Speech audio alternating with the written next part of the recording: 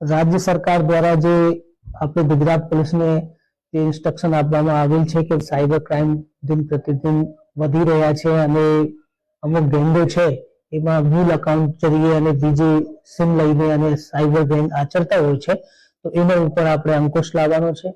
એ જ પહેલમાં આપણે જે બોટાદ પોલીસ દ્વારા અને સાયબર ક્રાઇમ પોલીસ સ્ટેશન દ્વારા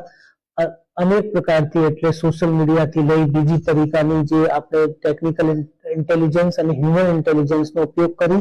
आपणे एक गैंग झड़पी पाडेल छे। ए गैंग पासेथी अत्यार सुधी जे माहिती मळी छे के ए गैंग सामे लगभग 5 जेटली कम्प्लेन जे आपणे भारत सरकारનું જે एनसीआरपी पोर्टल છે ત્યાં દર્જ થયેલી છે। એ 5 કમ્પ્લેનમાં लगभग 1.5 કરોડ જેટલા નાના ગયા છે, પણ અમુક કમ્પ્લેન્ટ્સ એવી પણ છે કે જે પોર્ટલ ઉપર આપણે રजिस्टर થયેલ નથી, તો એના અકાઉન્ટ્સની હવે માહિતી મેળવી અને એ અકાઉન્ટમાં જે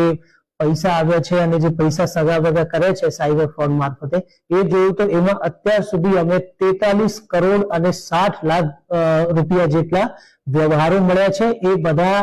આ જે આરોપી છે જે આપણને ઝડપી પાડેલ છે એ આરોપી જે આ બધા પૈસા રિસીવ પણ કરેલા છે અને એમના ગેંગમાં એ પૈસાને સગે વગે કરીને અને વેચેલા છે અને હવે આપણે તપાસ એવી ચાલુ છે કે આ આગળ એ પૈસાનો એટલે કઈ રીતે ડિસ્પોઝ કરે છે। અમારી શંકા એવી છે કે એ કદાચ જે આપણે કહીએ કે ક્રિપ્ટોકરન્સીઝમાં ડિસ્પોઝ કરતા હોય, બીજી કોઈ એવી મની લોન્ડરિંગની જે અલગ અલગ પ્રકારની પ્રવૃત્તિઓ છે એમાં પણ એ પૈસાને ડિસ્પોઝ કરતા હશે। આ અત્યારે એ જે આરોપી ઝડપાયા છે એ અલી રાજા શબ્બીર અલી મગવાની જે અહીંયા